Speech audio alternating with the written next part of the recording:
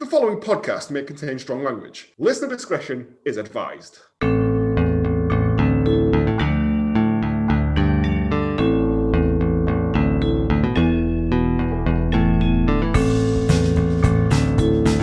Hello, and welcome once again to Hallmark of Greatness Last Orders, the podcast where we look back into the films our Hallmark favours actors and directors would rather forget that they were ever involved with.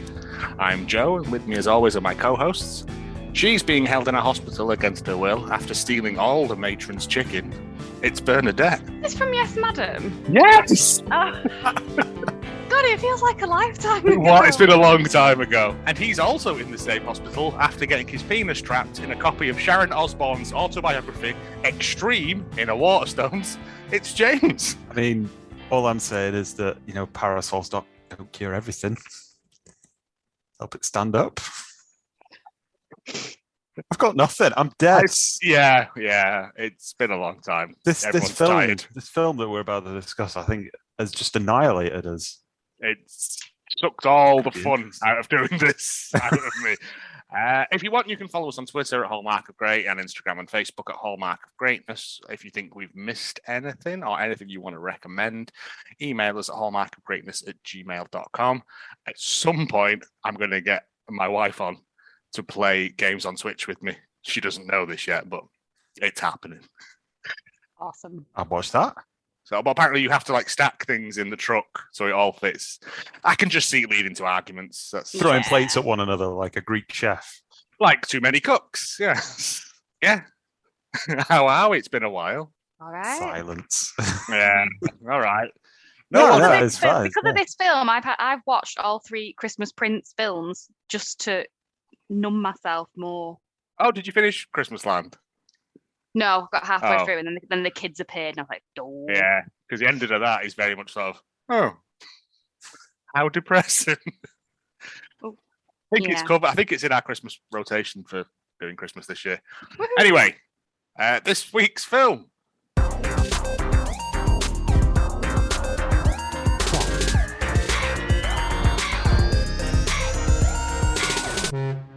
1994's Roger Corman train wreck, The Fantastic Four. Now, there's been many adaptations of The Fantastic Four in the cinema. This, I believe, is the earliest version of it, and best version of any Fantastic Four film, as far as I'm concerned, because the other ones are kind of trash. But if you have never heard of the Fantastic Four, James, your synopsis for this film. Okay, Fantastic Four, 1994. Martial arts comedy featuring 2 pairs of lady cops in Hong Kong. Not only do they like to throw the book at criminals, they also menace their genitalia with big quarter-sized journals on Renaissance art. In a world where old men menace ladies for their forbidden chicken, will the quartet cope when big man Harry Pin schemes to generate money by organising illegal copper versus traffic warden underground cage matches? How many parasols does it take to bring down a systemic colonial-era sexist regime? And where are all the fat chicks? Subtitled, but in English. So that's basically just Yes, Madam. I mean, and for anyone just sort of who missed the last episode of this, it's just that. That's it. That's the last Go back film. and listen to that one. And I think that's going to be James's thing going forward. He's just going to reference the previous film in the new film. I've been doing a lot of. I've got my theory test tomorrow. I've been doing not nothing having a but go. I'm just saying. I'm not paid for this. You are in hugs. Darling. The poster is certainly special. Yeah, I haven't actually seen any of the Fantastic Four films. So from the poster, I've got 3 good-looking Power Rangers team up with a papier-mâché man to defeat the early adaptation of He Who Must Not Be Named.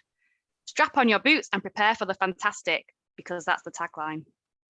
It's the tagline. That's the tagline. Strap on your boots and prepare for the fantastic.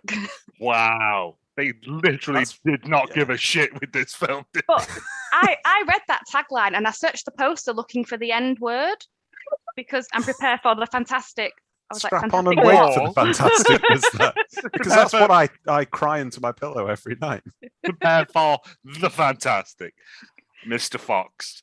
Yeah, I nearly did a synopsis based on the Fantastic Mr. Fox, but my soul died as I was writing it. synopsis for this film is: when dosed with cosmic rays, 4 intrepid explorers are given incredible powers. That's brief.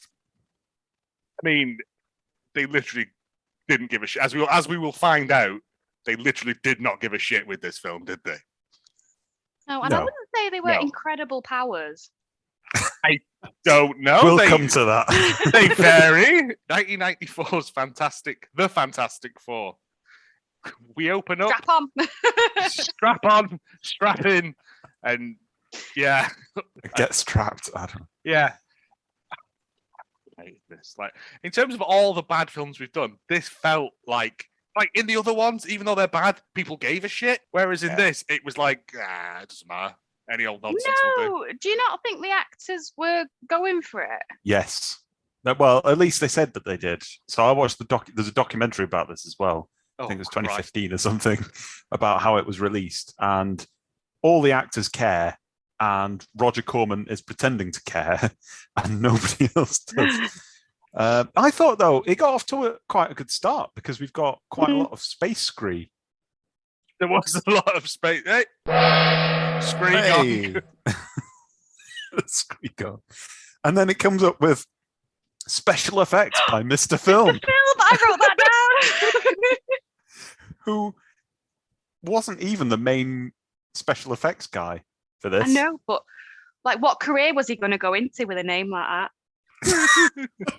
Yeah, that's true. Well, I'll bleed a little bit into James first because you can read quite a lot of the trivia for this in the documentary, but they got a visual effects artist who said that he'd worked on Independence Day as the visual effects artist, and it turned out that he was a part of Independence Day, but he was by no means the visual effects guy. So they had to contract out to Mr. Film, and I did try to look up online Mr. Film, and it's just a dead end. I was going to say there's nothing on the thingy about it. It might be a very strappy Bavarian man, or that might just be Google Images leading me astray again. Visual effects are by someone called Minky Pullups, which isn't a name, is it?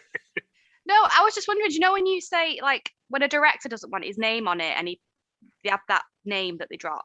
Yeah. Alan. Yeah. Maybe Mr. Film is Smithy. The special effects guy who doesn't want to be Mr. Film is the special effects guy. Yeah. Oh, could be, actually. If you don't want your name putting on it, you can just be called Mr. Film. That's my name. That name again is Mr. Film. Yeah. There's some very intense acting at the start with scientists waxing on about the speed of light, a bit like a mad scientist, really.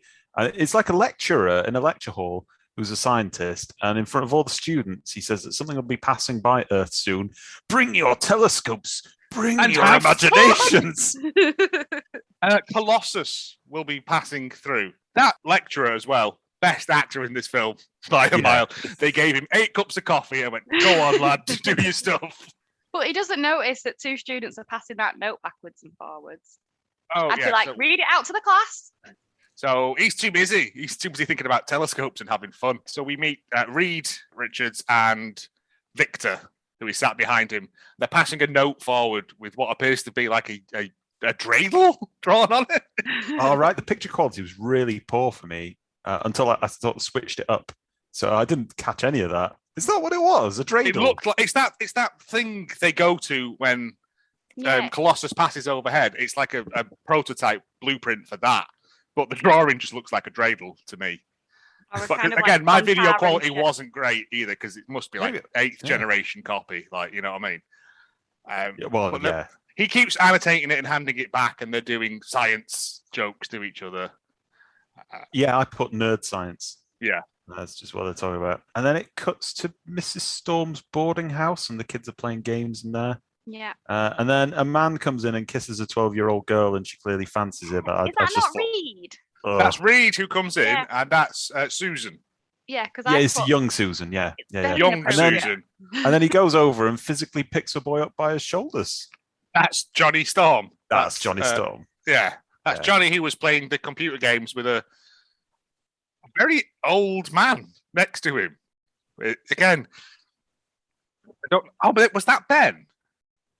Well, it's I a don't- I don't boarding know. house, but yet there was only that family there. So whether the old man was in boarding or something. He just Doesn't never matter left. because there's inappropriate kissing anyway, right? Because So we're on +3 already. no, I mean, I'm not sure how that works because it wasn't like it was, yeah. But Dr. Reed Richards is clearly in high school, in university, Yeah. isn't he? He's in college in America, and yeah, Susan is 9, 12 at the 12, most. I think, yeah. So that's inappropriate later on to me. Hmm. Because So 10 years, inappropriate. 10 years later, she's 22 and he's what, 39? Yeah, it just doesn't sit well, does it, at all? No, it's gross and weird, especially since it feels like he's been grooming her since that age as well. But at least she knows him, unlike the other woman we meet later on. Oh, when it goes all Lionel Richie, you mean? And her fat. I think it's two guys, so Reed and Victor, go back to a lab and they're talking about how they're going to harness the energy of tomorrow. There was a there's- load of nonsense there that There's a big electrical thingy which then overheats, and Victor stands directly underneath it to say, "I will not fail," and then just gets electrocuted and screams for what felt like half an hour. I described it as, go on, what did you describe it as? I know, Joe? I've just got good screaming Victor. I've put very long death scene. I think it rivals Alan Rickman's Sheriff of Nottingham. Or Jim Robinson in Neighbours. How many Jimmy Bennetts do we think that it might be? I said if I had the time, I would have clipped it out, but I can't be asked going back through this film again. It is literal trash. That machine was something that they'd worked on together that was supposed to harness the power of Colossal flying overhead for power of the future, and that's all you need to know. Yeah. But Reed goes, "No, come on, Victor, let's go." And then Victor goes, "No, I'm going to stand here and explode." Yeah. Thanks. And then he gets taken to a hospital with severe burns, and the beardy doctor says that because he's looking well dead, let's take him downstairs to the morgue. And I thought, what? Where's your medical Doctor. license? He has no regard for personal space either. He's just here next to his face, like When going you to know, morgue. when a patient looks like they're about to die, just take them directly to the morgue. It's saving time, isn't it? Right? He's already zipped up in a bag. I know, yeah. They're Oh, but then ready don't to we get go like in a a body weird- bag. Don't we get a weird POV bit of like Victor on the slab with two guys going, "We must save him," leaning over him? Yeah, they say that, and I think they go to like zip him up, but they're talking in a creepy way, as though the morgue is not the end. Just looking at my notes, I really weren't listening because I put him down as Hector, not Victor. Von Doom, not Hector von Doom. They're all the way From through. Troy. I was like, who's this other character? No, Victor's the guy with the metal mask on. He's Doctor Doom. Yeah. Yeah. Dr. Broom, put him behind the door when you want people to leave. What are you doing? You'll see. Then we get a flash forward of 10 years, which is always good. And we're in the boarding house again, I believe. And they're all going to go to space. Yeah. And hey, we get the name of the film. Oh, yeah. From Mrs. Storm. Mrs. Yeah, Storm says, "Look at you, the Fantastic Four." And they all sort of turn around in the doorway. It was actually it was a decent bit. I mean, yeah, it was cheesy, but it was competent. 10 minutes in, you can't be dropping the name of the film 10 minutes in. But what qualifications do they have for going into space? I wasn't entirely clear about that.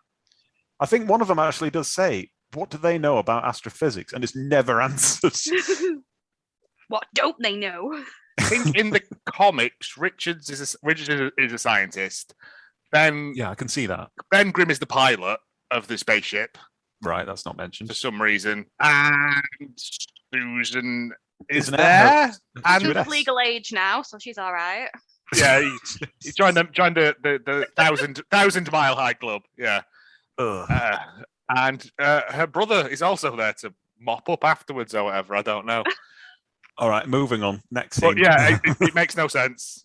Next scene to a van pulling up outside a bank to take cash, and then an urchin pops out from a nearby manhole to talk about smelling diamonds. Yes, it's And at this point, I thought, have I just drifted into a different film? Because that doesn't make sense. he pops up. Ooh, diamond, and then disappears. That's end of scene. That was it. That's great. Yeah, he looks a cross between like the penguin from Batman and one of the goblins from Gringotts Bank in Harry Potter. It's pretty accurate. I believe he's called the jeweler. Yes. The character is called the jeweler. He serves no purpose in this film whatsoever. Ratman through most of it. Well, he serves a purpose in displacing the thing that he's about to steal, which sort of enhances the plot by maybe 0.5%. Inside the bank, Reed is there, and he knocks over a woman carrying her life's work, which appear to be pots. She said, "My pottery, my sculpture," she said. And then he touches her, and she shits her pants like he's electrocuted her. But then does she touch his face? She's all over his face. At this point, no, is it Reed? Is it not Ben? It's Ben, yeah. Oh, it might be. The picture quality was so poor. I mean, they were interchangeable as far as I was concerned. I felt like I had heavy cataracts. All it's not three of the human male leads in this could have been the same guy. Yeah, it was never meant to be seen in this quality, or possibly any better quality. Yeah, imagine smearing a lot of Vaseline into your eyes and then trying to watch a film. That's what this was like. So he knocks all the pots over. And she's like, "Oh," and then she touches his face and then leaves. And I'm like, standard. But she loves him now. But she touched his face, and then we cut to her doing a full "Hello, is it me you're looking for?" Lionel Richie making a mold of his head, but it doesn't look like Ian Rush, unfortunately. Like, what is the point of this dynamic with the blind lady? I don't know. I don't even think she has a name. Well, I'm not sure that I got a name either. Isn't she making? Oh, see, I get very confused because isn't she making a model of him because they think they've all died? Hang on. This is before then, I think. I mean, it doesn't really matter. Oh, it is. Sorry, because they're in the museum because they've got the diamond. Right. And the lasers are on. They set the lasers off. Yeah, it's the laser grid. And Ratman does a dance around it. But I clearly see that laser going through his legs at least thrice. Oh, yeah. Again, it's just a load of laser pointers and Lynx deodorant sprayed on the floor. It's fine. The music as well, I thought, got very Jurassic Parky at this point. I actually enjoyed the music score. The music was the best thing in it. The music was the worst. No, because it was made. But I think from what I remember reading was it was the Worst brothers, Derek and David and Eric. Sorry, I just merged their names into one. Derek. That's where that name comes from. You sure it's not Minky Pullup? Mr. Song. Minky Pullup. I don't even think they weren't paid. Everyone's name on this film is just Mr. Soundman. The people doing the music, they weren't paid by the right people to do this. I think it was just sort of in post. Loads of people I think the actors clubbed together, and possibly the director out of his own money just shoved money into their hands and just said, just save this film. And they were like, I can't, but I can make some Jurassic Park music. Well, I mean, John Williams has been knocking out the same song for years, hasn't he? Well, yeah. Yes. Minky Pullup and his brother. Minky Pullup. I love that. Stoaty Pullup. Yeah, I didn't understand what her purpose is, this blind lady. No. The fact that the jeweler seems to become obsessed with her. Yep. Yeah. She's making clay faces with such a look of anger that I took the trouble to note that down. Oh, angry, mate. That's how I always do it. He spies at her with some kind of jeweling gear. Yeah, like a jeweling lens, which is not how they work. It's not a telescope. No, won't help they're you looking at things afar. close up, not at distance. So that's wrong. The lens. That's impractical. Someone called a jeweler and not the observer of things long distance away. Mr. Telescope. Somebody is watching this as well, musing about shit in the background. We later learn that it's Doctor Doom, but he sort of commentates the thief stealing the brain, the diamond brain that's on a sconce, and he says, Let us see what this bizarre little thief has in mind. And then he switches the brain, the diamond brain, with an equally plausible plastic brain. I mean, Yes. if we didn't have Hector Doom, I wouldn't know what was going on, to be fair. I'm glad he was narrating. Wait, Victor is his surname sorry. Doom? Oh, God. His character name is Victor Von Doom. Von Doom, okay. And he becomes Doctor Doom. Right, Because okay. he didn't spend 7 years at evil medical school to be called Mr. Von Doom, thank you. He dropped the Von, bomb though. out of that. Yeah. Never get any work otherwise, would he? And then there's a nice spinny newspaper thing that says, Richard's shuttle to launch today. And then there's some stock launch footage that follows that. Yep, paid for that in the public domain. Yeah. And the Fantastic Four have launched off into space and put on a turn signal, apparently. That made me laugh, yeah. Because you got to indicate in space, haven't you? You do, yeah. There's motorways in space. Otherwise, how will the aliens know which way you're going? I need to know this for my theory test tomorrow. Thanks. Always remember, I'm going to indicate now, and then indicate. You have to declare it so people know. They activate the antenna, and there's a lot of flashing. And it turns out it's because the diamonds are fake, which I thought was a huge assumption to leap to, but it was the right one. And then there's a big explosion in space due to this fact. Yep. The ship explodes in space. I think Victor Von Doom goes, ha ha ha ha ha. Richards. Yeah, he laughed a lot. He laughed almost as much as he screamed when he died. Lots of light being flashed in the actor's eyes at this point. Yeah, I mean, and then the spaceship explodes. In space. Right? It explodes in space. We are all agreeing that. Yes. Indicated left towards space. Right? Next scene, they're on Earth, not all burnt up, like not dead from oxygen starvation or anything. No, but they've got powers now. It's not Earth. I didn't think it was Earth anyway. I thought it was a planet twinned with whales. It was the same quarry where they shoot Doctor Who. Yeah, I don't understand how they exploded and yet still survived. No, There was one bit of rocket on fire, just the one bit. All pilot the fire rocket. I thought it was sort of implied, though, how they survived that, because they've got those Powers, space suits on that's made of the same foil that they use for like window screen guards, to keep ice off. Another thing from our theory test. I've got quite a lot of car-related. I don't think metaphors. any of this is going to come up in your theory test. No, that won't come up. All right, but I'm holding you to that. They're mucking about on a moor somewhere. Ben one finds of them- Reed stuck under a bonnet, but he's not really stuck because he just flips it up. It's like a piece of He's stuck cardboard. under a lightweight plastic dome. Yeah. And he's like, I don't know. I don't feel anything. Something must be wrong, he says. And then Johnny appears running over the hill like a knobhead. And he's like, hey, I can throw fire at stuff. He does a Sweet. sneeze and sets fire to a bush. Like Jesus. Damn, is that how Jesus did it? He went to space. Indicated left for space. And then Susan appears, but you can't.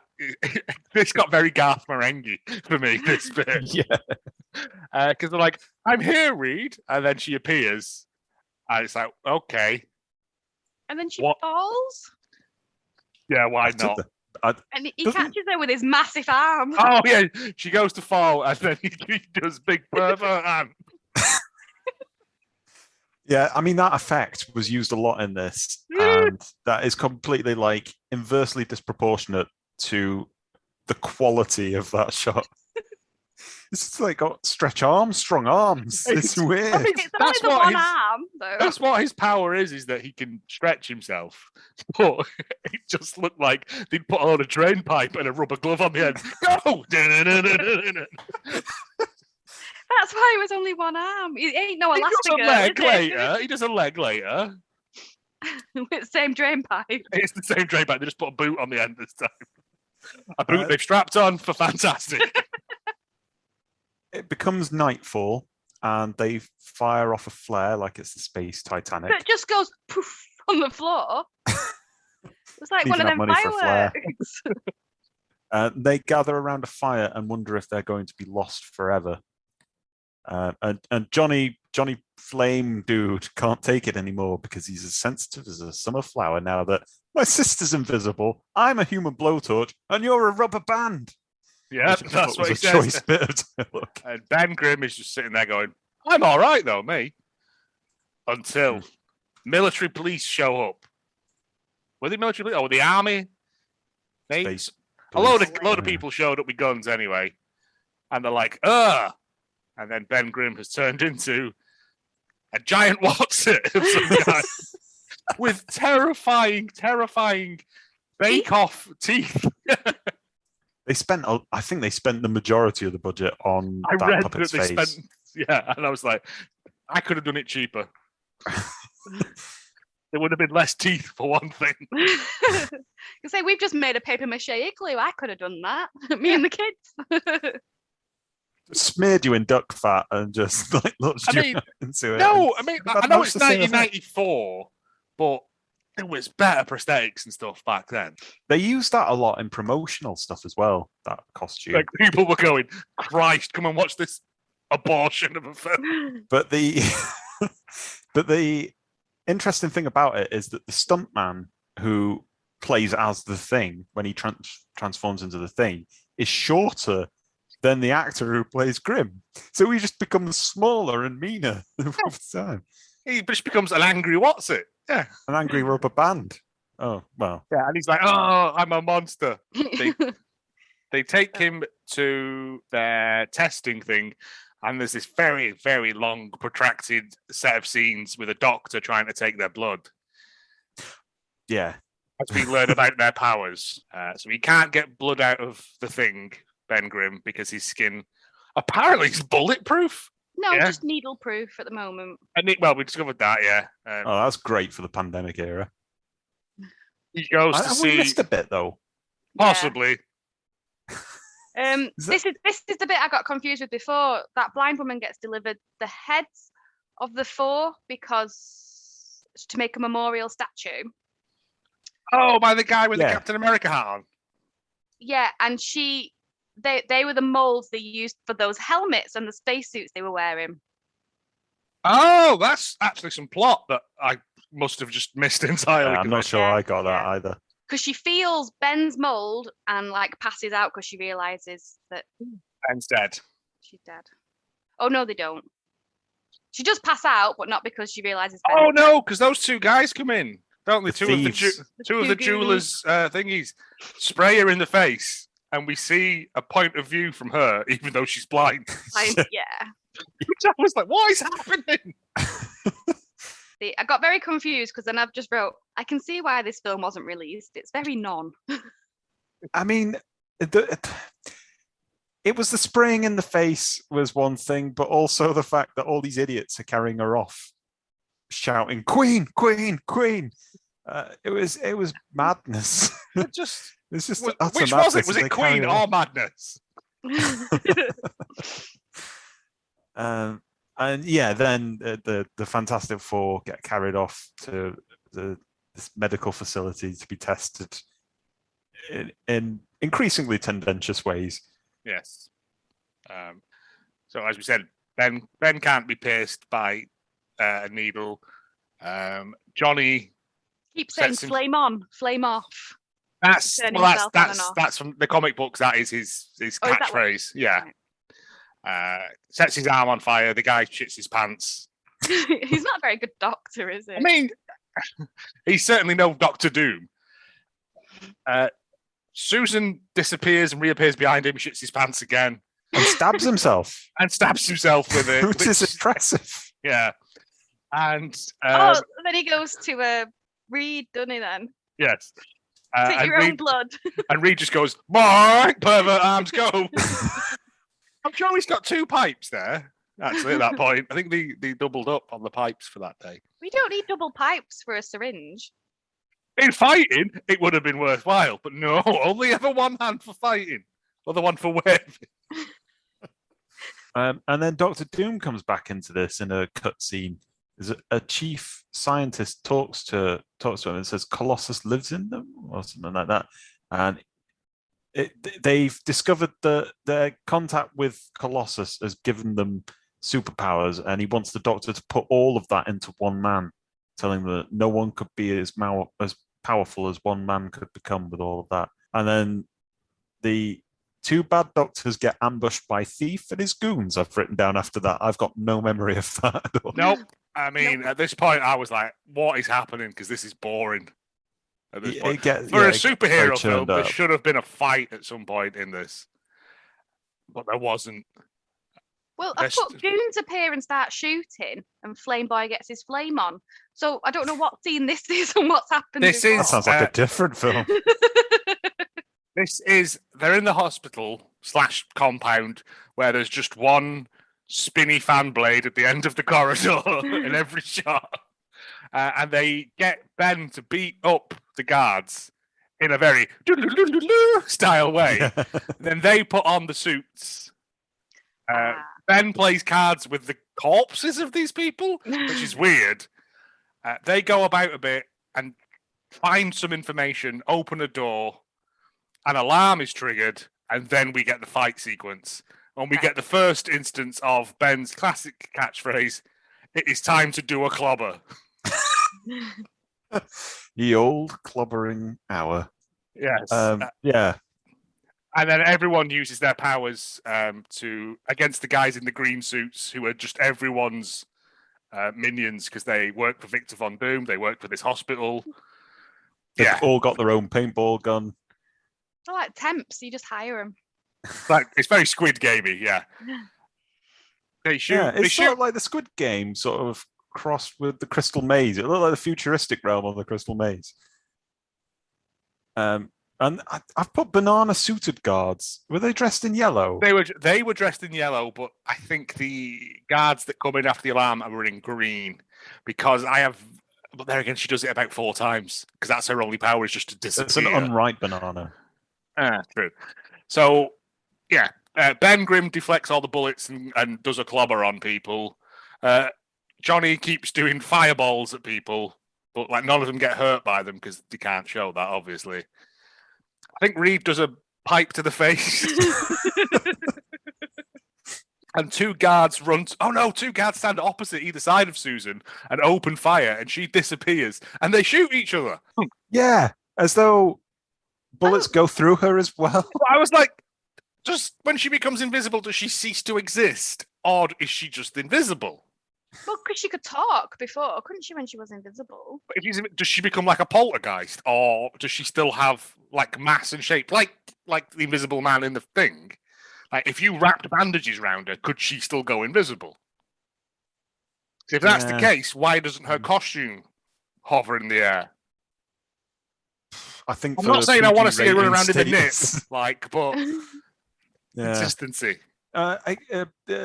Reed actually trips them up with his long leg. He does a big leg. He does a big leg, and Johnny Flame does some arc welding. They also confront Dr. Doom, and they say, "We're going home," and he says, "How rude!" And they say, "Who asked you? You overgrown tin can." That's Johnny. That's a classic Johnny line. Yeah. Rubber bands, tin cans, all his stuff is based on like 1920s Little Rascals sketches. I just liked his dialogue though. How rude. I'd nothing but be nice to you. And then the Thing breaks through a wall like a stacked boy that he is, and they escape.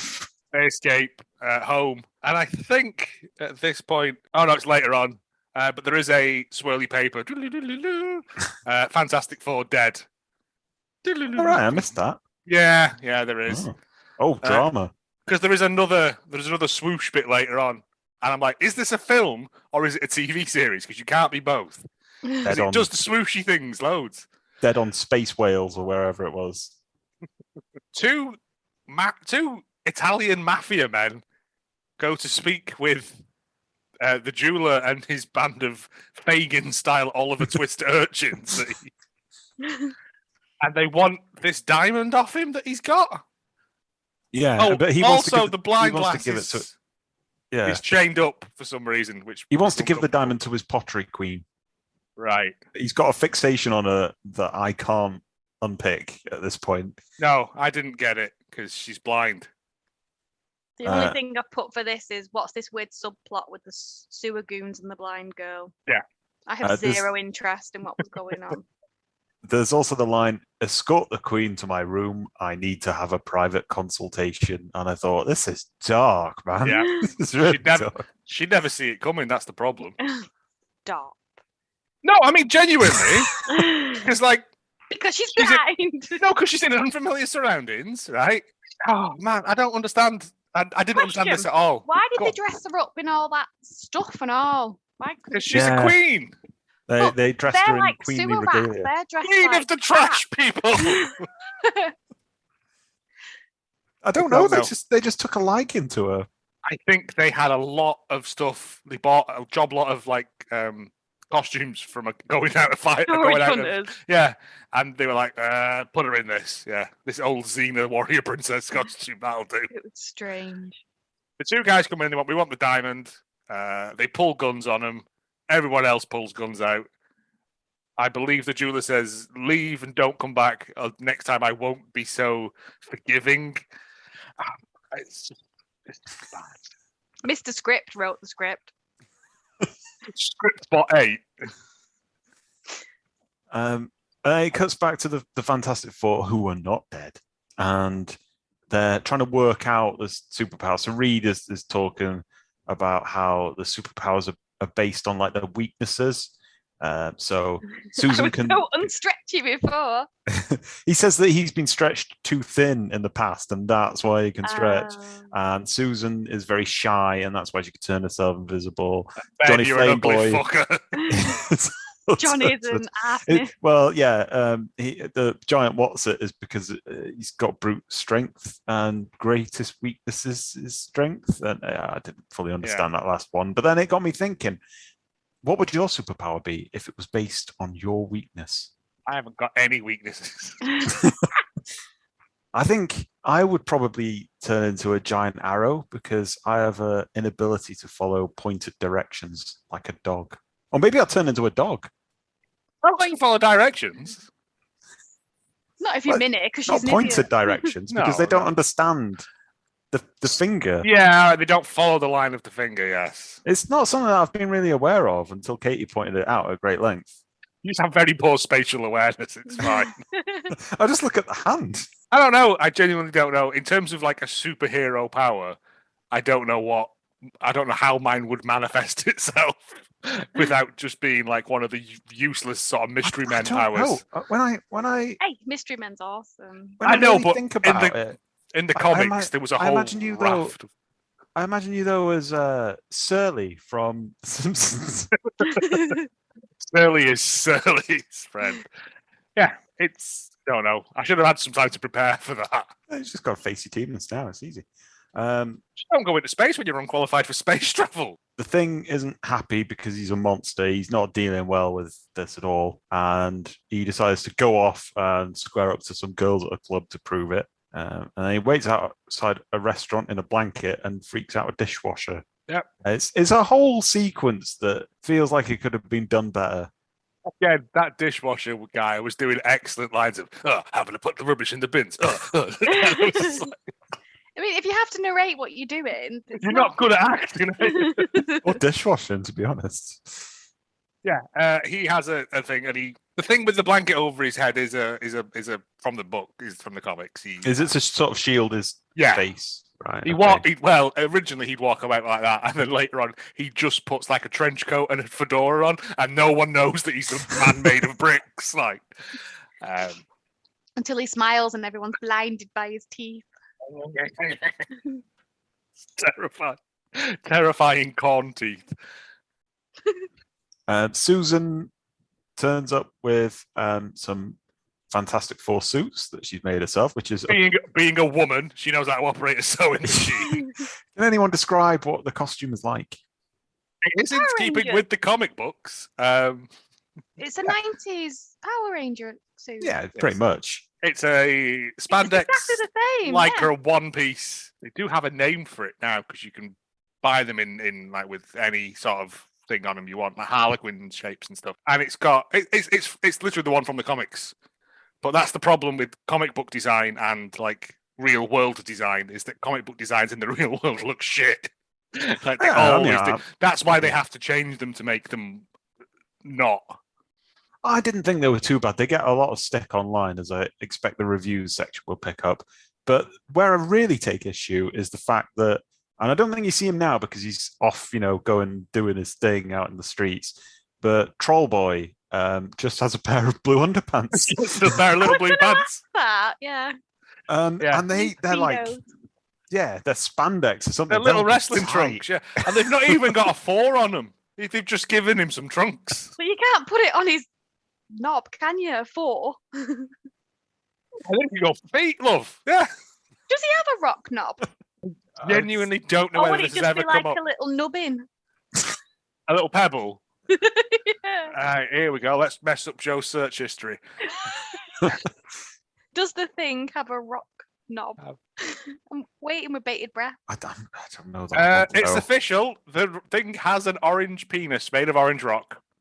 Hmm. Oh, right. Oh, Christ.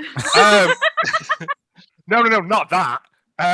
There's a picture here of that bodysuit from the film with 2 separate heads next to it, hanging up in what appears to be someone's cloakroom. Like, this doesn't have a knob. The suit. But keep looking. But according to Stanley, Lee declined to answer the question in the film, but eventually he said, yes, he does. Common sense would say it was made of orange rock too. I think that should be after a heavy sigh. Stanley said, "They're like, I did loads of other stuff. Why?"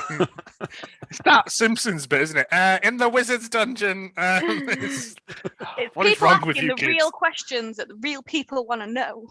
I really don't want to know if the... Because, again, I'm not a lady, but would you want to have a go on his No. dry ass? oh, it'd be cold Rock as well, knob. I expect. Blind girl might, because she's obsessed with him. She's always got her hands in clay, though, hasn't she? You see? Ah. Oh my God, we're finding better links in this film even did. So the thing... Also, the notes for this film are going to be like, you'll learn if the thing has a cock. That's all I ever know wanted whether to it do would was educate retract people. or something. I don't know. Although, Anyway, right? Logic though as well. Can the Human Torch just set his on fire? Does Oh, Mr. what about Fantastic Bendy Man? make it massive? Stretch, but he can't make it. So he could make it like so spaghetti. No, Yeah. it can do you from over the room. He doesn't have to leave the couch. But you wouldn't know about it. You'd just be like, what's that? Yeah. All right, cut this. He could also put it down the inside of his trousers and just have a wee. Like when he was just stood there, you'd never know. Prehensile third limb, anyone? Swing around like a monkey. If Susan Storm got fat, could she just make the outside bits thin so she looked thin? Asking the real questions. Thank God Stanley's dead, because I'm sure he would be so angry. I really didn't think that this podcast would get shipwrecked at this point of the film. Let's move on away from the Yeah, so the giant Watson, anyway, it's freaking out around Is that town. what he calls it? Last one, I promise. He doesn't have a fedora on. He has a little pork pie hat, and he goes up to the thieves, and they welcome him with open arms. You know, you're near the homeless people when there's a barrel on fire nearby. That's shorthand for tramps. And we get to meet. I don't know. Again, none of these people are named, but this guy clearly did sometime at like Juilliard or something, because he's putting his all into it. No, come and stay with us. You can sleep. Yeah, and he goes into the jeweler's lair, which is just this one room with some pipes sticking out of it, and he sees the blind girl. We have to refer to her as the blind girl because we don't know her name. Yeah. It's not for horrible reasons. The Potter, I've put her as. Okay, well, the Potter will refer to her as from now on. She she sees him. She can't. Sense him. She senses Ben there. Ben, I think, does he do another clobber here? Yeah, He does about 4 clobbering clobbers. time. Yeah. He beats up a load of people. But she tells him yeah. she loves him, and Then he Which loses is his rock fast. skin. Is that what they call it? Stop it. I've just put they set the goons introduce the jeweler, the head thief, to the troll guy, and then so he sets a goon to watch over her, who sniffs her a little bit. I didn't imagine that, did I? I don't even know what you mean by stiffs her a bit. I don't know. I'll have to go back and watch. No, don't do that. Nobody cares. I'm not editorializing here. I just write what I see, and I saw a goon sniffer. Oh, sniffer. What did you think I said? I thought you said stiffer a bit, and I was like, I don't know what that means. No, I thought you said You just Swiffer, as in move with a on. whiffer. Move on. Christ. The thieves, anyway, they love him, and they dub him Ben. So I don't think there's a fight at that point. They call him Ben. Is this not the bit where Doctor Doom appears and starts kicking ass? He's trying to get the diamond. He's introduced next because he says that he's going on a day trip, which is weird. To the sewer. And Reed figures out that he's still alive by comparing notes, and I don't understand that. It's just notes, comparative literature, which proves that Victor is alive and well and on a day trip. That's the least of the worries, yeah. And then Doctor Doom shows up at the place with lots of guns, and then he shoots a man who then says, "Ow," and dies. Oh, there's also a guy that falls into a big hole and goes, "Ah!" Which made me laugh. The jeweler, to be fair, this bit was quite good. The jeweler grabs the potter and goes, "Stay back or I'll hurt her." And Victor goes, "And? I don't give a shit. I don't know who she is." Which I thought was quite funny. Ben's like, "No, don't." And Well, then, it was that bad as well. yeah. The guard, the tramp guard who coerced Ben into the thing, stands there with two of his mates, and Victor goes, "I will tell you this only once, get out of my way." And they all just run off. And I was like, this is dumb as fuck. It's just occurred to me as well that they've dubbed him Ben, but that's just his name, isn't it? They've not dubbed him that, really. Oh, they're just calling him by his name. I have chosen to call you Joe. Yes. Yeah. Everyone else is referred to him as Ben. No one at any point refers to him as the Thing in this film. Which is nice, because he's still got his identity. Yeah. Yes. Yeah, I guess so. Well, I don't think any of them are ever referenced by their Fantastic Four names at any point in this film. No. At no point I don't think so, actually. I don't think any of them are, which is a mistake. One of many mistakes. But I guess Mr. Name wasn't on the script writing team. I think as well, I've put 1 hour, 12 minutes in, so it must have really pleased me at the time. I think Doctor Doom says, it seems he's not quite himself today. Kill him. You're feeling a bit poorly around Doctor Doom, he'll euthanize you. And then that makes sense, though, because that's what happened to him. Well, he didn't get killed. He got turned into a Doobie Boy, but, But yes. So he got Victor sent takes straight to the morgue anyway. Victor takes the Potter hostage, who then goes, "Ben, I love you." For some reason, Ben loses his powers, which means he can never love again. Guilty Ben has got no muscles. No, but then he goes, "Ah!" and that weird flashing. That was horrible, Abby. He runs off while everyone misses him with bullets, and then he gets outside and goes, "Ah!" and then just goes, "Oh well," and what? Just doesn't go back in to try and rescue the woman. But he flashes between him and his paper mache-ness, and it just keeps flashing and flashing while he's going, "Ah!" What with you all call his it? teeth, and I couldn't cope. It was horrible. That's what you call a transformation sequence. Yes. And then did he spin round as well at one point? Did his head spin round? I think this is where the the Fantastic Four logo does a do to the camera and back. It was horrible. And I was like, this is terrible. I hate this so much. Oh, I've also got also when he's doing that thing, he gets assaulted by a radar machine. It goes boom, boom, while he's changing as well. I had variety, I'll give it that. It's like they threw everything they knew how to do with it. After this, Doctor Doom sort of sends a video message to the Fantastic Four showing off a laser that proves he can fuck shit up. What's with him? Laser envy. Giant laser. Got any other laser-related quotes? Blade. Laser. Laser. And Michelle. He says that they've got 12 hours to surrender themselves or he'll wipe out New York City, which seems like a random target.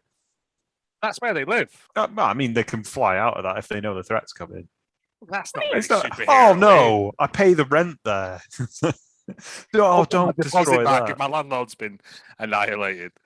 He's a nice villain, though, giving them 12 hours. He's a very indistinct villain because half the time you can't tell what he's saying because it was the mic was picking up his voice inside the mask and it was supposed to overdub it with his voice afterwards and just never did. So he's there most of the time just going it's like I was born in the fire. Yeah. Yeah, it's pretty much like that. Yeah. They surrender themselves, don't they? We surrender. This is the point I've stopped giving a shit. Yeah, it gets very hectic at this point. We're getting towards the merciful end of the film. Well, I've got literally. They arrive. He puts them in a thing and starts trying to steal their powers. Yeah, there's a giant tractor beam that pins them down. Yeah, as they approach the big, massive death laser. Yes, it pins everything down apart from Reed Richards' kicky leg. He uses that to kick the machine over, and it breaks. No. But then he decides to fire the laser anyway. Yeah, it gets refracted through Diamond's skull and then pointed at each of them, and that causes them to all display their best orgasm faces. I missed that with Ben Grimm and his face. Yeah, he then says, it's clobber time again. I have to do a clobber. Get swifty. Susan goes invisible. And two goons run into one another through her. Which is another thing. She does that 3 times, I'm sure. Every fight, she does that. Oh, and then at one point as well, she throws up a force field, which is another power that she has. But they make no mention of that. Johnny's throwing fireballs around. Reed's doing big arms and big legs to trip people up. He does an elongated arm, which punches 2 people along the way, which I thought was nice. That was a good bit. That's in the trailer. That's for the sizzle reel now. Dr. Doom gets panicky and then presses a self-destruction sequence that they can't stop. And Johnny Flame chases after it as a giant ball of flame. Yeah. This is where Mr. Film comes into his own. The Human Torch can fly. Again, never mentioned up to this point. No. But yeah, Mr. Film does his best. It is 1994, but it does look. He looks like the Dean with his VR device in Community. Yeah. Jesus wept. It's that bit. It's just him. And there's even a bit where he sort of like hits some sort of force field or something and he twists around. He goes, and spins round for a minute, like for a very long time. Mr. Film just read the brief on that one and gave him what they asked for. I've got a new spinning program. Would you like me to use that? Put it in. We don't give a shit, Mr. Film. We're not even going to pay you for this. Stop it. Wine nearly came out my nose. He manages to eventually block it and do that thing that they always do in superhero films where the 2 lasers things are fighting each other. He pushes it all back. Then it turns into a big marble, and then we just cut away from it. I think it's at this point where we catch the Thing hitting it off with the blind Potter, who's caressing his rubbly body with her hands. And she introduces herself at last. None of us caught her name. At this point, I'd given up, to be honest. After the spinny Human Torch laser thing, I was like, maybe it didn't. Maybe she didn't even give her name then. It's like, hello, I'm blind. I'm a Potter. Reed catches up with Dr. Doom, whose hand goes all spiky. That was pretty dope. He's got what was that all about? Like Wolverine claws in his hand. Oh, right, yeah. Like tungsten-tipped screws coming out of him. Like Alan Partridge. And he goes, yeah. And then Reed just big hands him off. off the side of the building. He's like clinging on for dear life, appealing to Reed. Even now, you cannot finish me off, Reed, he says. He extends a very long hand down to him. He has two big pipes down. I don't know. Like, 'cause at this point, I'm like, does Victor want to die? Yeah, I think so. It didn't make sense because he's like, help me, but don't. Yep. And then his hand falls off anyway. His metal hand with the claws on it falls off, and he goes, still got one left. Falls to his death. Meanwhile, Flame Lad has managed to direct the laser back towards the moon. So that's what I'm saying. Yeah, it'll just bounce off the moon, which the light does. That's why the moon shows up. Something explodes. The moon? The moon? That's what I'm saying. I think he exploded the moon. So he fucked the earth, then, isn't it? She's going to play merry hell with tides. He could have directed it towards anything other than the moon, and it would have been all right. Into space. Oh, but you can't flash lights onto there because it'll dazzle other drivers. And you can't indicate on the laser. You got to keep your low beams down. Yeah. Yeah. Something explodes when he directs it back, and I assumed it was the moon. Or a handy satellite that was in front of it. I'm saying that, right? Thinking about it, he's flying through space with this laser. So are they on a moon base, Alpha? I'm not where this laser was fired. No, because I mean, it's to the film's credit that we just don't know. I don't care, but I'd like to know. It can't be on Earth because the laser is pointing towards New York City on Earth. He flies out through space to chase it down. That happens in space. Yeah. So when he stops moving, then it's just going to shine. Is that what you mean? He's only. Nobody knows. Yeah. Let's move on. Right. Well, Doctor Doom's dead. Yes, but his hand. Thank you, Thing. Yeah. It does. Which is a different kind of thing. Yeah. Yeah. It's all. You see, it's all there. Armored thing. Paladin thing. And then there's a sudden cut to a wedding. Everyone else is in their Fantastic Four outfits, apart from Susan, who has to get married in a dress because she's a girl. And Troll Boy is wearing his customary pants to the wedding. Not even his fault. I don't understand because he can get rid of his what's it skin. So why would he still a what's it? He could just get an extra size, like a plus size suit to go over it. They do later on, but again, I don't think they had the budget for that. But he could literally get an audio recording of her going, "I love you, Ben," and just play that constantly, and then he'd be fine, wouldn't he? Forever. Yeah. Yeah, but he doesn't. He tells some people to back up, or he'll do a clobber on them, probably. And then we reach the single best part of the film where it ends. Where all the budget went, I think. Somebody want to explain what happens?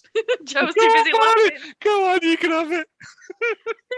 No, I can't. Go on, James. I'm not sure I can do it the justice that it deserves. Anyway, they get into the car.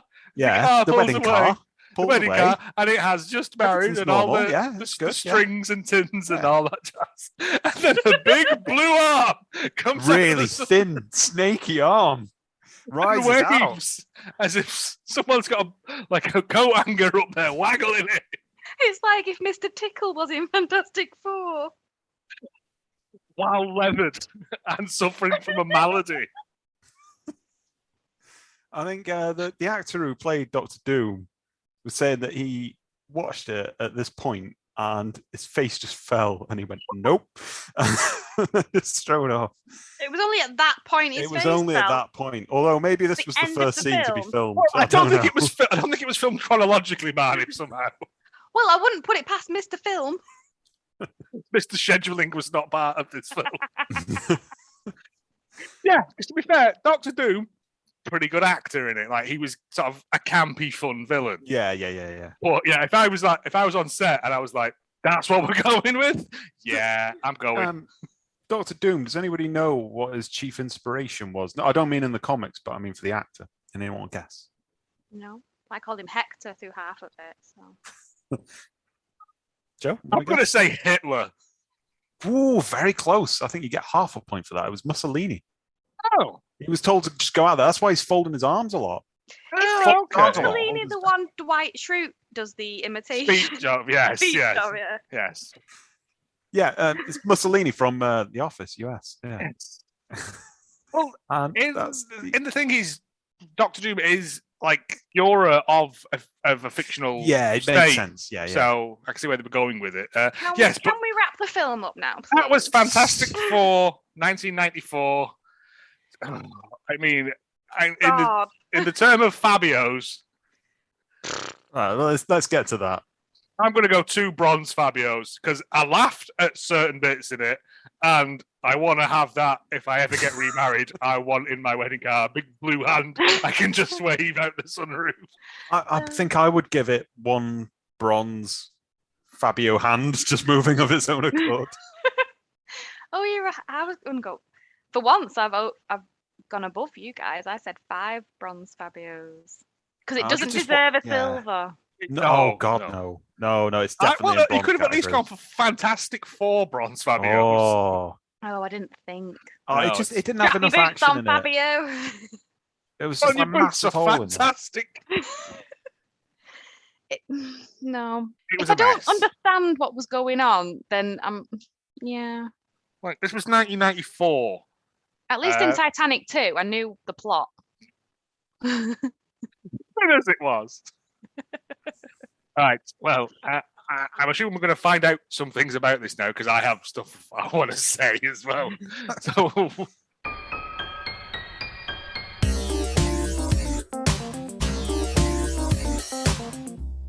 Yep, so that was Fantastic Four, 1994. 1994 also brought us The Lion King, Forrest Gump, The Mask, Four Weddings and a Funeral. Brilliant. Could be the alternate title of this. It had a budget of $1 million, which would be nearly $2 million today, or £1,300,000. $1 million. I always have to think about, when you do a number that big, I still get it now that I just where can't the zeros follow are, through. Yeah. So I've translated that into costumes, first of all. I thought it was quite nice costumes in that. That would get you 1,732 Stormtrooper outfits for your many goons. Or, if you don't want to be conventional about it, Ram outfits would be good. I've got one. I'll send it to you. I'm sorry. It's in a sheet. Yeah. I thought you said ramen, and I was like, noodles. No, a Ram. I've sent it to you on WhatsApp. Okay. I'll make this available on Twitter. All right, that would be horrifying. Yeah, it would be, wouldn't it? My Yeah. army of rams. All your goons were dressed like that. Yeah, I mean, I that'd love be how nice. he stood there with his hands on his hips, furious Serious? ram. Yeah. That or a seahorse. 2,602 seahorse costumes that I've found. I'll send that to you as well. They go progressively down in price. There's just one left, and it is the best one. That doesn't look like a seahorse. That looks like the Thing's knob. I don't know what that thing at the front is, but I do not like it. Or when you put you want $700 for that monstrosity? When you put armbands on your feet and nearly die in the swimming pool, they've just put it on their Why are we crotch. having this conversation? or 4,308 big white goose costumes. Don't send me any more costumes. I want one more. I want a big white goose. He's got a bow tie. It's fancy. Look at his face. Look at his eyes. I'd say if I was going with them, I'd have them as my foot soldiers, and then the Rams as the higher ups. No Just 'cause they cigar. do like serious Squid Game. Yeah. The Rams have got their head screwed on, right? That couldn't goose do looks mental. I couldn't have geese goons because Etta would just be going honk at them the whole time. Geese goons. Yeah, anyway, after that madness, I was looking for because I was thinking along the lines of the Diamond Brain, and I initially typed a brain for sale, and there was nothing, which I think is probably a good thing in hindsight. I think the problem with that scheme, though, is that, sort of going with diamond statues is difficult because rich people don't like to give price tags on things. You're just supposed to, know the amount or something. You have to ask, you can't afford it, yeah. So I had to go with something cheaper, and I'm not going to lie, I'm not proud of it, and it's frankly disturbing, but 1,965 statues of a sitting man with a dog's head, which I've sent to you. Oh, stop it! Oh my god, yes. And the jewels really make it. I think the real diamonds. I don't think they're real diamonds. I think there's stickers I've got in my house. I was going to say, someone's just bejeweled the fuck out of that, haven't they? There's loads of them, like people with dogs and cats' heads. Anyway, that was disturbing enough. I'm just laughing. Joe's going to have a field day with this on the Twitter. Listen to this pod so you can see what this is. Oh, why you do this? It was, so that was the Fantastic Four. It was killed by the production company. There's a lot of people pointing fingers at everybody else. Everybody thinks that everybody else knew that it was going to be axed, but it probably was the production company, as they got to keep the rights because they're sort of releasing something. And then they later kept that for later films. Everyone apparently working on it assumed that it would be released. And the fact that, I mean, I winced a little bit at that as well, Joe. But they sank quite a lot of money into like the music to this afterwards, which is assumed that, because I think what they wanted was, Roger Corman was directed the Fantastic Four film. Roger Corman isn't a fool. As much as he sits on camera and goes, "Oh, I thought it was going to be released," he's not a fool. He knew that he could sort of spin something out. This was a year after Carnosaur. That's by no means a better film. Oh Christ! Yeah, it was, isn't it? Yeah. Yeah. So he could get something out in a hurry for $1 million, $1 million. Sorry. Yeah, just everybody thought, well, it's going to be shit, but my name's going to be on a Fantastic Four thing, a Marvel feature-length film. Yeah. It's a one way. Mr. Film could get himself out there. So the director we visited before, Ole Sassoon, he was the one that previously filmed Blood Fist 3. So I'll skip him.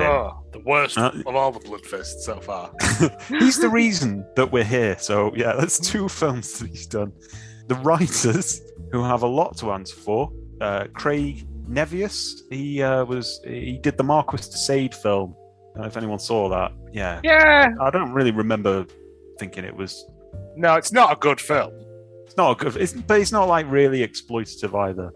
It's not No, like it a could. sadist film. Yeah, no, it could have been. easily But been. yeah, it's. And it could also have easily been because he's done a lot of dodgy S&M films labeled Black Scorpion. A lot like that dog statuette, really. The covers are all full of those. And something called A Very Unlucky Leprechaun in 1998. Kevin Rock was the other writer, because there's always 2.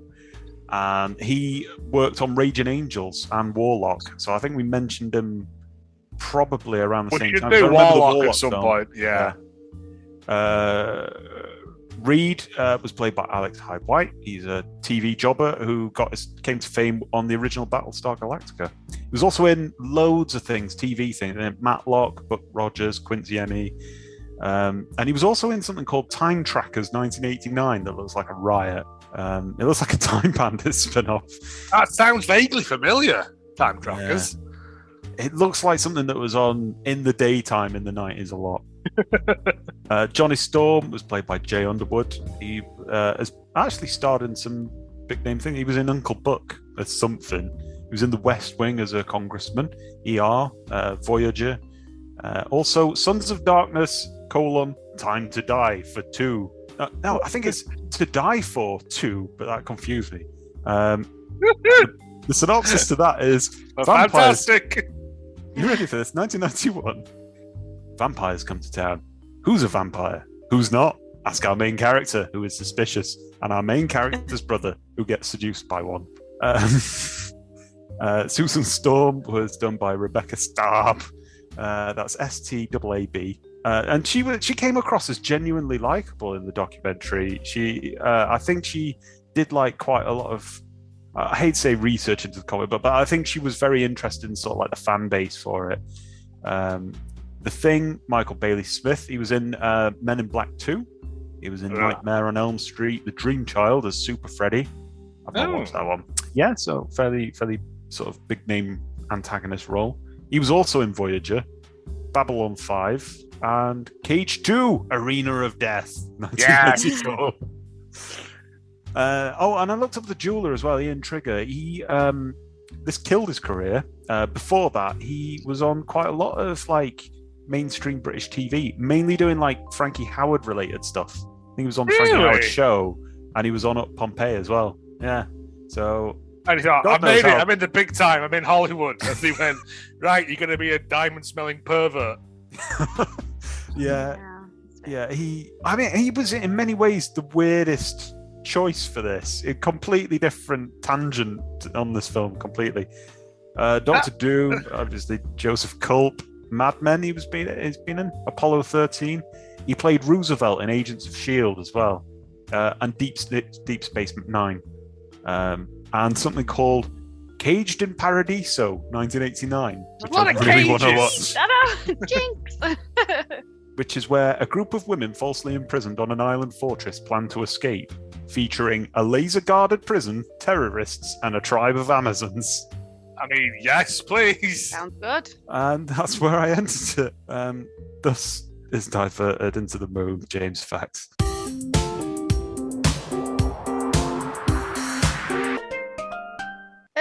Reviews, as you can imagine, were all very, oh, it wasn't meant to be for release, and I can see why it wasn't meant to be for release. Basic. So I've scrolled through to try and find some different versions. So Jetan in 2009 gave it a 7 out of 10, and the title for this is Fun! Exclamation mark. Vastly better than the awful 2005 effort and its lame sequel. Yep. The special effects are awful, yes, but hardly cheesier than the lame big budget CGI we have seen since. The overall flavour is very in keeping with the early Fantastic Four comics, and you can tell that the folks who made it really loved these comics. Again, in sharp contrast to the soulless efforts of the 21st century. This guy does not like the new Fantastic Four. No, he's really laying into it, isn't he? Yeah. The acting is even better than the later version, again. And in my opinion, the script as well. The casting is virtually perfect. As you can easily tell, I really loathe the big Hollywood versions, or he says it himself. We did. If you like the original comic magazines, though, you could do a whole lot worse than blow an evening with this. And I love the line, "Hey, Mrs. Storm, can Johnny and Sue go to outer space with us?" Really? Yeah, that did happen. Yeah. Reed, the big pervert. Oh, I guess if you're in space, it's legal. Yeah. Oh, stop. Phoenix 107 from 2001 gave it a 4 out of 10. Not as bad as you might think. I personally love the FF and was thrilled when my eBay copy of this movie arrived in the mail. I wasn't expecting much and was not disappointed. However, I respected the effort they put into the film, made with a slim $2 million budget, which doesn't concur with James's $1 million. He's allowed for inflation there. In 2001. Well, I mean, he might, because by He's then taken it into might have been closer to $2 million. He's taking it promotional material and like press tours and stuff. But in future, Phoenix 107, get your facts right. Yeah, Phoenix 107. It's not even a real radio station. Thanks to the accurate costumes, good casting, decent acting, and the horrible script, I give this movie an appropriate ... 4. Did he spell out ... No, he's just done the ellipses. 4 is fine for this. I mean, it's out of all. What if that was out of 50? Maybe. Right, we all want to hear from Movie Man Kev. Yes, I love it. 2005, he reviewed this. He gave it a 3 out of 10. Kev. And then he's titled it. He's a movie man. Now, the 2005 one can't help but look great. Help is in big letters. Is he trying to just spell out something else? Has he been held captive by Mr. Film? The first letters of each line spell out something. With the big budget Fantastic Four film opening this upcoming July, I've decided that now's the time to take a look at this unreleased Roger Corman gem, in inverted commas, from more than a decade ago. After getting hit by cosmic rays and having their space shuttle blown, the four friends are turned fantastic. Well, maybe not that fantastic given the budget, but you can hardly call the film hammily acted below mediocre for, can you? After undergoing some tests, they're off to fight the fabulous, flamboyantly gay Dr. Doom. I mean, Kev, you all right, mate? Do you want to talk? This is in the same league as Superman 4, Batman and Robin and the Star Wars Holiday Special in its sheer awfulness. I kind of hope it was released way back when, if only because it would have made a great MST3K episode. Mystery Science Theatre 3000. Okay, thank you, Joe. And he just ends it with my grade D. But he also gave it 3. Yeah. So I don't. The grading system. Sexy mystery Kev. Movie man Kev. Sexy mystery man Kev. Speaking of sexy Kev, we've had to stop Theodore saying to the Google, play sexy Kev videos. No! yeah. Sexy Kev's a wrestler. It's not a weird thing. No, stop it. Yes. I respect you, movie man, Kev, but I don't understand you. No, because Batman and Robin it's all right. It's not the best of the Batman films, but it's way better than this. And the Star Wars Holiday, no one's ever made it all the way through the Star Wars Holiday Special because it is actual garbage. Movie man Kev, have you watched it all the way through? Let us know. Yeah, movie man, Kev. Yeah, if you're still alive. But he's contradictory to Jetan, who loved this one compared to the 2005 one. I mean, if you've got now to do of a day, watch the 2005 one. It is a mess. Like, it's probably going to be next week, isn't it? No, or like no. I take some kind of it. Italian animated version of it. Turkish Batman. Yeah. It exists. It's great. It's him driving around. I've seen the trailer. Yeah. All Japanese Spider-Man where he just kicks people to death. Yeah.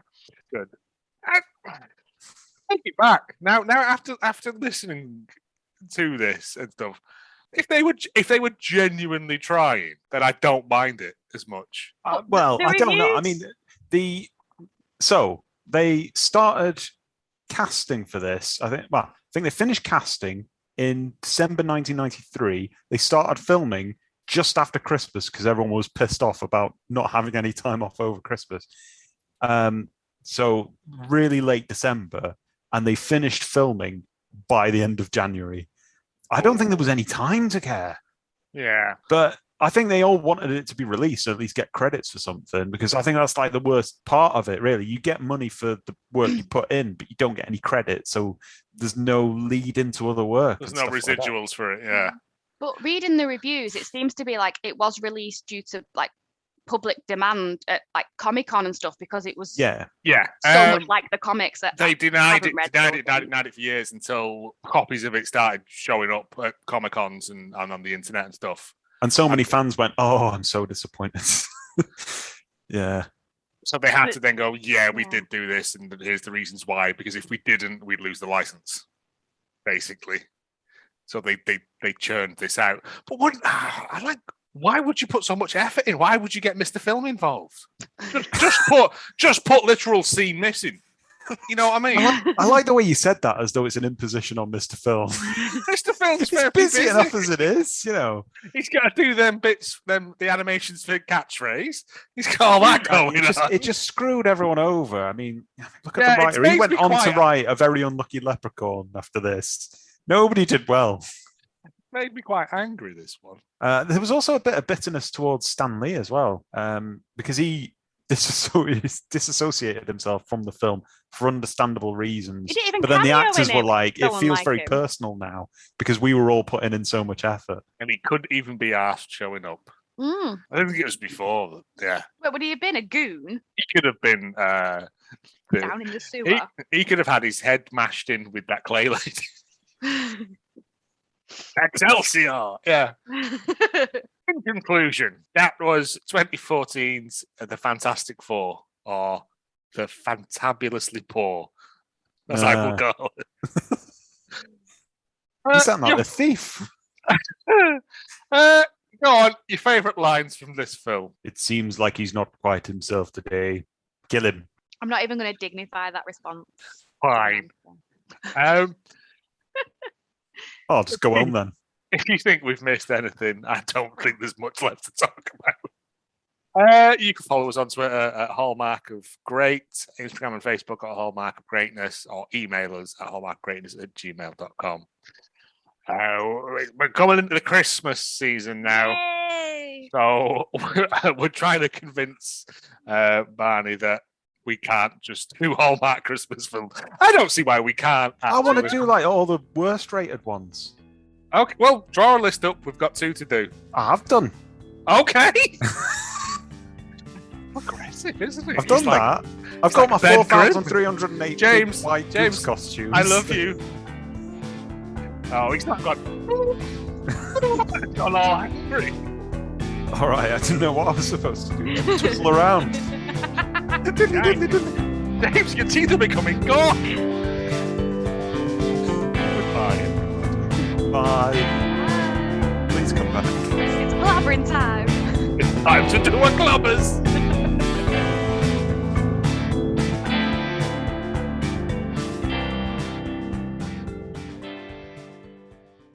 Oh, you've got my chins.